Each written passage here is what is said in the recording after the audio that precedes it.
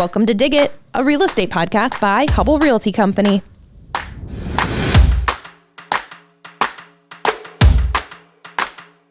Well, hi, everyone. Welcome back to Dig It, a podcast by Hubble Realty Company, a real estate podcast by Hubble Realty Company. Today, I have Brent Willett, President and CEO of the Iowa Healthcare Association. Correct? Hey. Hello. Yeah, that's Thank right. you. And Jed Gines, VP of Operations for Highmark Senior Living, which oversees all of Hubble's Eden Crest communities across central Iowa. That's right. Right? Yep. Thanks for joining me today, guys. Thanks for coming on and sharing all things senior living and assisted living, right? Yeah. Is that where we're headed? I hope so. Conversation-wise? Well, tell everyone who's either listening or watching just a little bit about yourselves and how you got started in this senior living realm. Brent, let's start with you. Yeah, sure. So I've been with Iowa Healthcare Association, IHCA, for about 8 years. We're an integrated long-term care trade association, so we represent long-term care providers across the care continuum, everything from folks that are providing care in the home all the way to post-acute and nursing facility level of care. Been with IHCA for about 8 years. Prior to that, I was in the economic development, so it didn't come from healthcare, but kind of the trade association, government relations space, and kind of switched teams a little bit and moved over to healthcare and senior living that long ago. But it's been great. And I'm sure that there's a lot of, lessons and things that you've learned and brought over from that time in economic development, though, as well. And I've been with Hubble about 8 years, too. So look at us go. There you go. Jed, what about you? How did you get started? What brought you into the senior living realm, but also Iowa? Sure. Yeah. So I started in this industry about 17 years ago, did an administrator and training program to become a nursing home administrator. So I started out doing that for about the first 6 years of my career. I was running nursing homes. Started out in Texas and made my way through California, Washington, and Idaho as a nursing home administrator, and then got into assisted living and independent living and memory care side of business. So was an administrator for a short period of time and then went regional and have been in regional ops or vice president of operations or chief operating officer roles since then. So, and what brought me to Iowa, I was down in Kansas City running as a chief operating officer over a nursing home company for a couple of years, and had the opportunity presented to me through a recruiter that I know well, and decided that this would be a great fit, and decided to move up here. I love Des Moines area. It's very beautiful, clean. People are great, and the organization, Hubble Realty, is a great company to work with, and they help support our efforts in providing good quality care to the seniors here in the Des Moines metro area. Well, I want to give scale to both of your, specialties a little bit. So IHCA. Mm-hmm. Yep, okay. that's us. I want to be cool and say the acronym and not just, keep saying the full length. That's what we said. I'll get it by the end of the podcast at least. So you oversee in 800 facilities are part of your association and 43,000 caregivers. Is that right? Yeah, 43,000 caregivers Wow. across the continuum, 800 members of our association. They're caring for anywhere from 25 to 30,000 Iowans across the state. 99 counties, 250 cities and towns. That's one thing about Iowa that's a little bit unique compared to many other states, that we have a extremely robust system of long-term care across the state, meaning that you really only have to go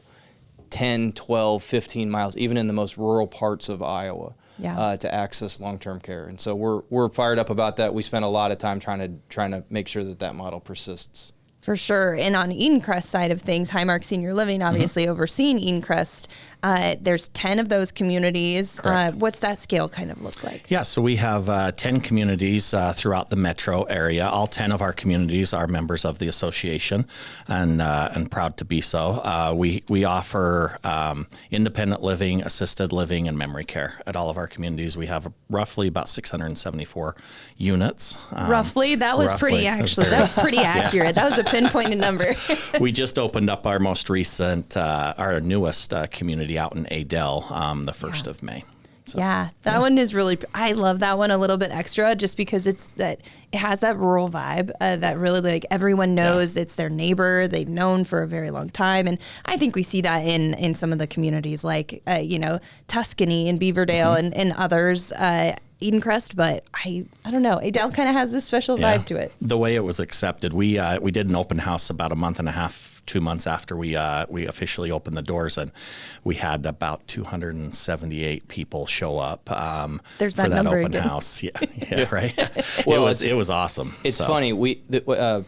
Member of our team at IHCA lives in Adel, and when you guys were kind enough to invite us to be a part of that, he immediately volunteered, and we're like, do you want to do this?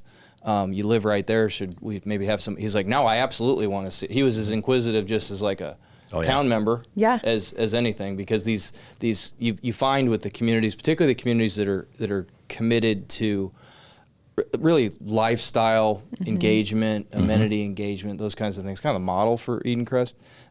Community really wants to understand it. They look at it like a community center. They look at it like a town square type of addition to their community. I mean, I think you saw that like in Pleasant Hill probably community as well. So it immediately becomes a pretty significant part of the more so than when, just a multi-unit apartment building opens up, or a gas station or something like that. It's kind of immediately. Yeah, it was well received. And just a quick example of that community engagement. So one of the favorite coffee shops that this group of ladies used to go and meet at no longer was open on that day that they usually meet. And so we offered our building, and they come in and meet and have coffee. And coffee talk? Yeah, that's coffee awesome. talk.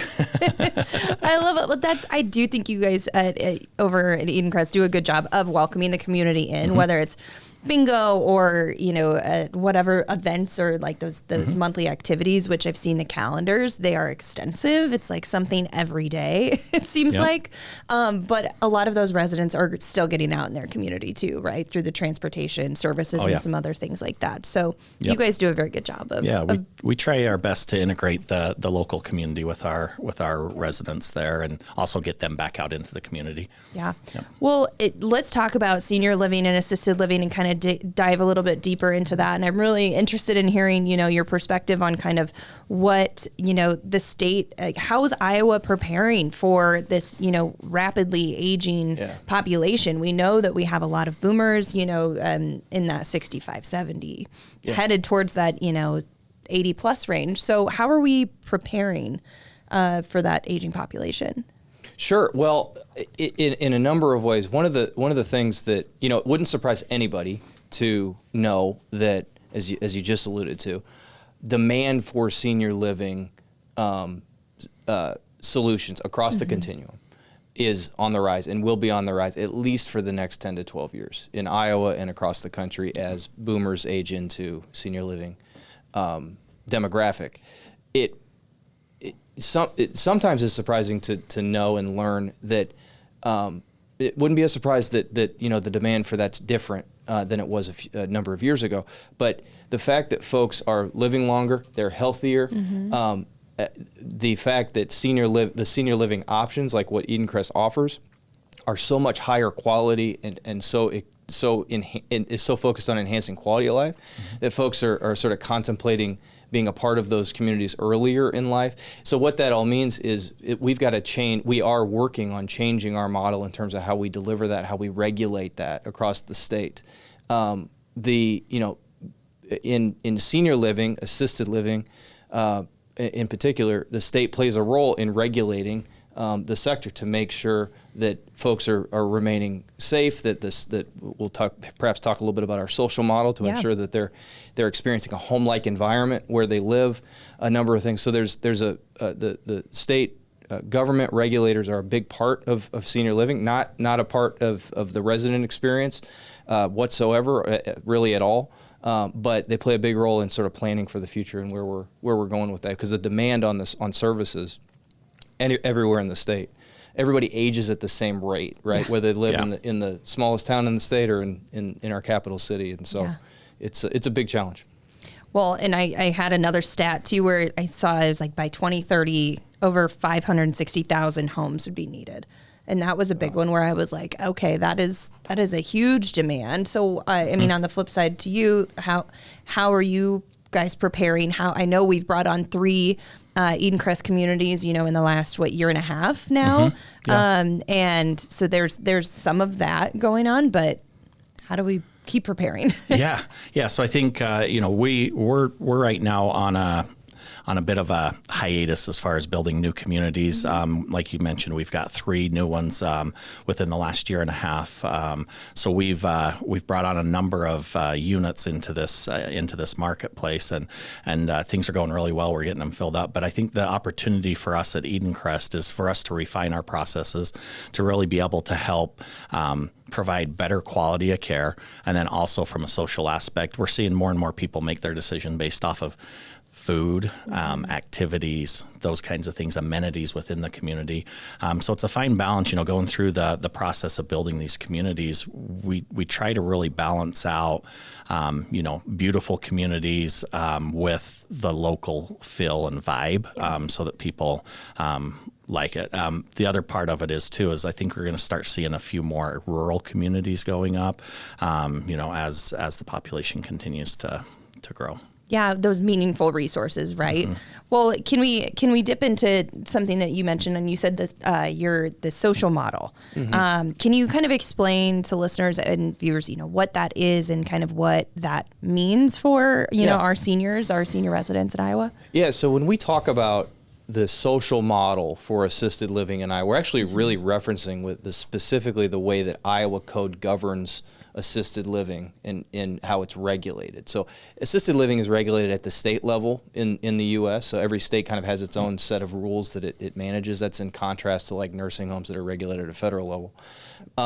Iowa is really unique in what I would certainly argue is a really, really good way, in that we have policymakers for decades have really staunchly defended any attempts at expanding the assisted living model to include more medical care in the assisted living space. So in other states, viewers who have families in other states, or maybe they live in another state, but mom and dad are back here in Iowa, we're always encouraging folks, get to know Iowa, because it's quite a bit different. In a lot of states, you're gonna visit an assisted living community, which very well may be really nice amenities, all those things, but offers a lot of sort of intense medical care, which in our state is more reserved for like a nursing facility level of care. Right. So it's a specific code reference in Iowa how it's governed, and we think it's the right model. It specifically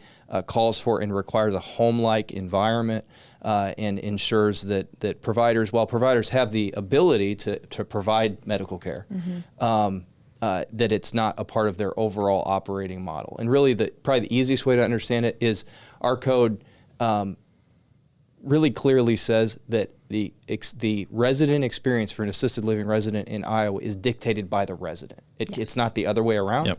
So there's not. You guys certainly would be very familiar with that. And so, what does every assisted living resident want? Right? They want this to be as close to home as possible. Yeah. That independence. Exactly. It's a dignity. self-fulfilling sort of policy that has resulted in what we think is some of the best assisted living experiential care that you can get anywhere in the country around here. Yeah. And I've operated in 7, 8 different states, and to your point, Brent, Iowa is different on the assisted living level. In other states, I've gone in, and operated, and we've had a lot higher acuity level being taken care of within the assisted living, and it just makes that care spectrum so much broader, and it gets difficult. I love that Iowa, has condensed that down, kept it resident focused and a home-like environment focused, so that we can, continue to allow our residents to thrive and not feel like this is just, the last phase in their life. They have definitely more life to live and that, so. Well, and how does that translate into kind of day to day for residents? I'm just thinking through, if model and government code is so easy for people to understand all the time. Yeah, I don't recommend it. You did a fantastic job of breaking it down, but does that just mean that people, again, they have a little bit more of that freedom, that independence, that dignity, but also to get the resources when they need it, if they need it, but not at such a maybe intense level? Yeah, so we do individualized care plans, and so it's very resident-centered, based off of what their needs are, as well as what the resident themselves would prefer, too. So, we try to balance both of those and provide them the best opportunity for them to thrive. Yeah. Well, what else do we need to know about senior care today before we dive into maybe some more Eden Crest approaches to things? Yeah, I think when we talk about, the number of Iowans and Americans aging into senior living over the next decade, it's a really interesting challenge, I think, for operators, because when we think about, I think it's very understandable, but it's inaccurate to think about senior living as kind of a single demographic. Well, it's an elderly person, or it's an older person, or what have you. If you look in a typical senior living community today, you have at least two, upwards of 3 generations that are there. So it makes it really, Jed's shaking his head, I'm sure you've experienced this, but that speaks to challenges associated with what kinds of amenities are we going to offer.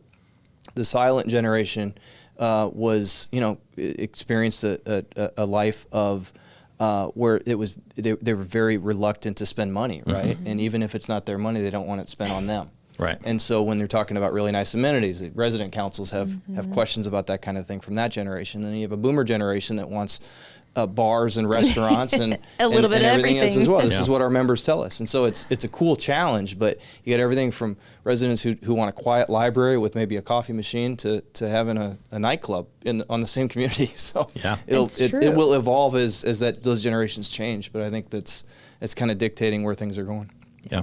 We had a unique situation here, not to get too specific, but we had a mother-daughter come to us here a couple of weeks ago looking for a place to live. And, the mom was upper 80s and the daughter was mid 60s, and they have lived together for their whole life and they want to continue to do so. But mom needs a little bit more assistance than the daughter can provide. And so they're looking at coming into our community. And so it's interesting to see that age variation within our communities. Yeah, for sure. absolutely. Yeah. Well, and to say that, a couple weeks ago or a month or so ago, we helped Mary celebrate her 104th birthday party. That's right? 104. That's Yeah. awesome. And so, talk about longevity and living longer, but also just that quality of life.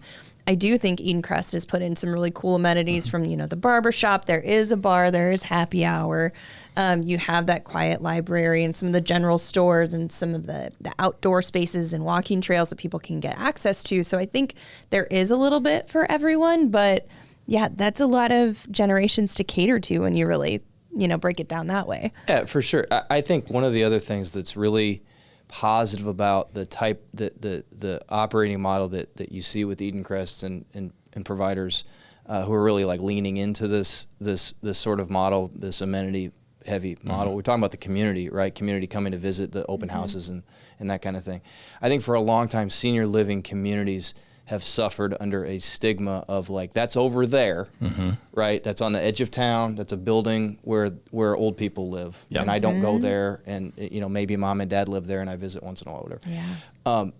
The types of spaces that you all are building that are being built in other parts of the state are very welcoming, I think, on purpose, right? Because we know that it's the kids of mom and dad who are helping making these decisions. They're making this decision not only for mom and dad, but how accessible is this for me to come see them?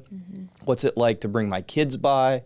Yep. Those kinds of things. And so I think that it's refreshing to see these communities being built the way that they are, to be as encompassing of inviting to the rest of the community. Because it'd be very easy to seal those things off, probably easier to operate, but that's not where it's going. Yeah. Yeah, at our Kettlestone community, about a month ago, we held a farmers market, Which in is the in community, Waukee. Which is in Waukee. Yeah, Okay. yeah. Had a farmers market, had tons of people from the community come out, and had local vendors that had their products that they wanted to sell there, and it was great. So, I love that. Yeah. I love that. I love seeing photos of that too. And it's Yeah. kind of fun to see them have pride in whether, it's a resident like making, some like handcrafted gifts or other people coming in. I think it's fun. Yeah. What should families look for when they're choosing, a senior living community? Kind of, I don't know if that's green flags, red flags, or just maybe some basic, here are some fundamental starters, because it is hard to get started. We've talked extensively about how, it is a very difficult and emotional decision to decide to go into a senior living community away from the home that you've made. But What are some of the things that people should look for, you think? Yeah, I think from standpoint of what they should look for is transparency, number one. If you walk into a community and you're kind of getting the runaround, that's a huge red flag, and that should be something that you should really take into account. I always encourage those looking for a community to write down all the questions that they have, because when you go to sit down with one of our community relations directors to discuss about this transition in life, oftentimes it can get a little bit overwhelming and you forget to ask certain questions. So, but then I go back to another big thing is the cleanliness of the community, the general vibe of the community, how staff interact with residents, how residents are interacting with other residents. Is it a vibrant community? Is there stuff going on? Are there activities being held? Those are all things to look for when you go and visit a community. And I always encourage people to go during lunchtime or dinner time and eat a meal with us and test that out, because that tends to be one of the bigger challenges, right? You got Grandma Sally that's 84 years old and she's the best cook in the valley, right? And she's worried about the food, and come there, and we've got some amazing culinary professionals that provide food at the Eden Crest locations. Yeah. Other red flags, I'm all about. They can be green flags too. Green flags, yeah. So green flags. So I really have our communities focus on, and this sounds silly, but making sure that the first impression from the moment they get out of their car to when they walk in, and then the public restrooms, making sure that those are clean. If we can't keep our restrooms clean, how's the care going to be for their loved ones? And so we do a really good job at all of that, but that's one thing to go and look at too. Yeah. I think speaking to that, one thing that is consistent, we've got lots and lots of members. I visit lots and lots of communities. One thing that is very consistent, and it's one of these life lessons that we all learned when we were younger. Do the little things and the big things take care of themselves. I can't find you a good senior living provider who does not do all the little things. Right. Like, making sure the public restrooms clean, making sure the entryway is welcoming, making sure. We always encourage, obvious things like ask every question that you have of leadership. Talk to the administrator, the building administrator, the manager.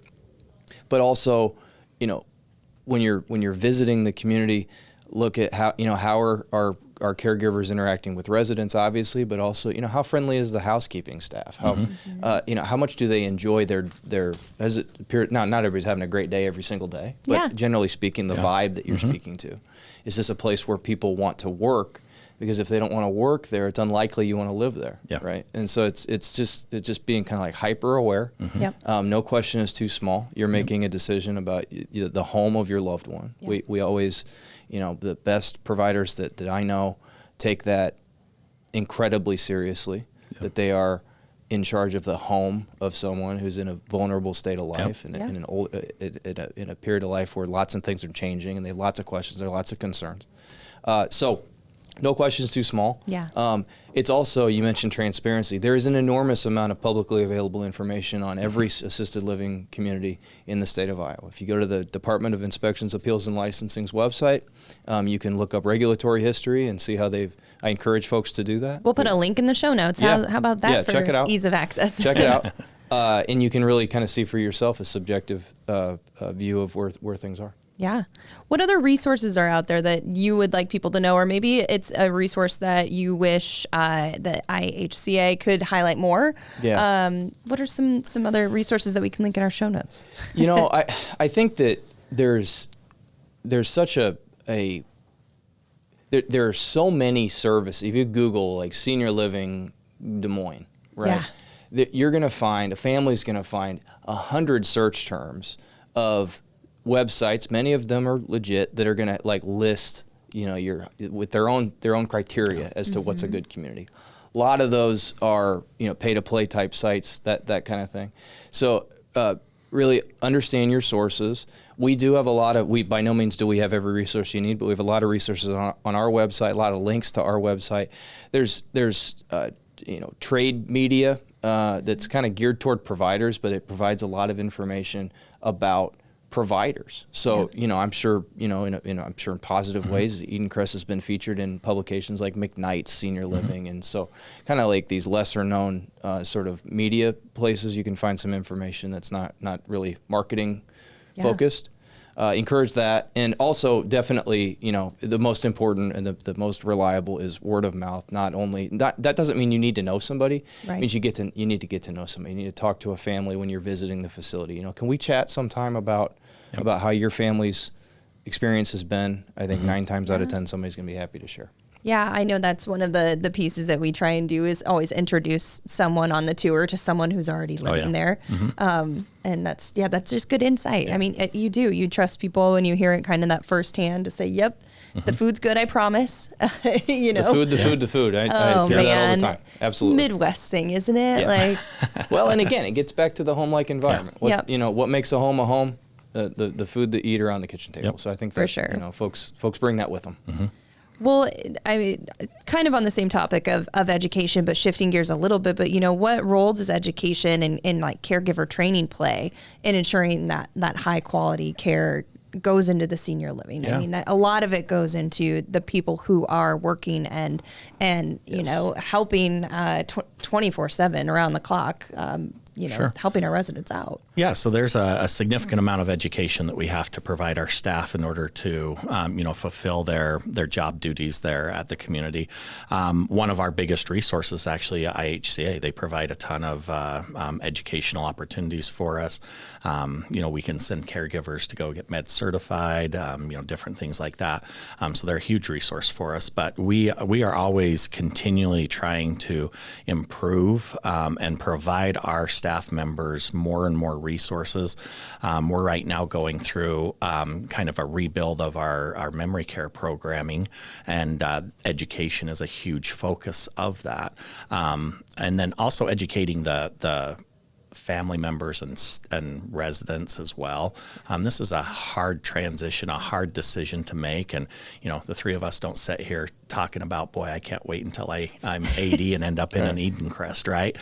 But that time will come. It's much needed. And so the more education and understanding of that environment that you can get, the better. But yeah, as far as our staff goes, we are constantly trying to provide, additional resources for them to be better caregivers. You've got a solid team over there. Any shout outs you want to give to the team? Just because, they are literally around the clock putting together some phenomenal teams at all the different locations. We have an amazing, from our frontline caregivers all the way through. Our regional team is amazing. We're really lucky to have the people that we have working for us. So. Yeah, a lot of years of experience over there under your belt. Yeah. What about you, Brent? What's some of your thoughts on just more of that education and training? Jed's right. Quite a bit of credentialing that's required to work, particularly provide any kind of direct care in an assisted living setting. It should be that way. We actually championed new regulations several years ago that increase the level of credentialing and education that's necessary. You mentioned the medication manager certification. Now, in order to administer medication in assisted living, you need to have a pretty rigorous credential now. Those kinds of things. That will continue. I think that those credentials will continue to face pressure to be grown and expanded, and I think that's a good thing. I think that speaks to the level of complexity of the folks that are entering our communities. We want to, preserve that balance between a home-like environment, but if you have a medical condition that requires a level of medical care, we want to be able to provide that so that you can remain in a home-like environment as well. So I think that's gonna continue. And I would just give an overall shout out to direct care workers in long-term care. Oh yeah, they are unbelievable. It sounds like I get paid to do this, which technically I do, but I completely mean it. These people are unbelievable. Yeah. We saw that in its most acute form during the pandemic days, and the folks that stuck around and hitched a ride to work on snow plows and storms and all they're amazing people. There are easier ways to make a living, and almost every single person working in senior living could go make an easier living somewhere else. But they don't do it because they're there for a mission. It's one of the last true mission-driven sectors out there, and it just makes representing them and my job incredibly easy. Well, I I love hearing you say that because it's truly, they don't get enough of the spotlight shined on them. That's not who they are. That's not what they like to have done, but they do deserve it.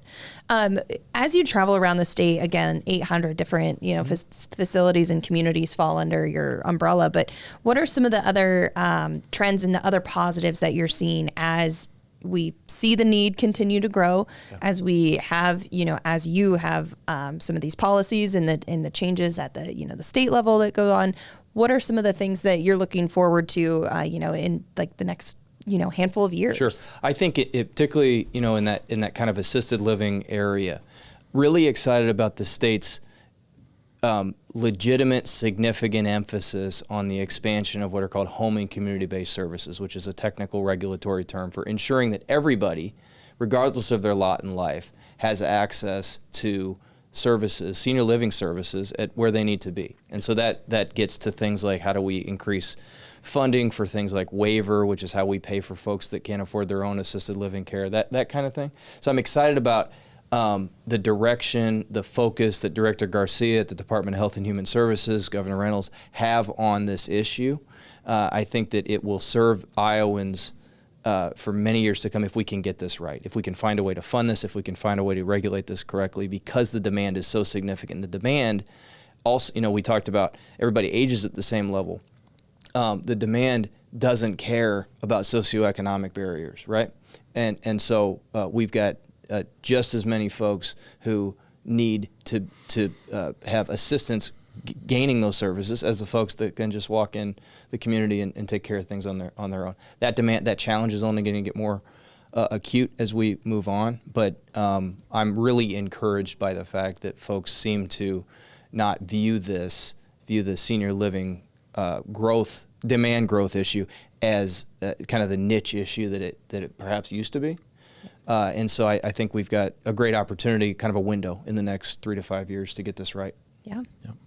Jed, what about you? Because we're winding down our time. I know, hard to believe you guys are, I know you thought this was just going to drag on and on, but 30, 40 minutes goes by fast when you're talking about all these things. But what about you as you're looking forward in the next, handful of years? What are you looking forward to most for Edencrest, for Highmark, and just, the work that you're doing for seniors? Mm-hmm.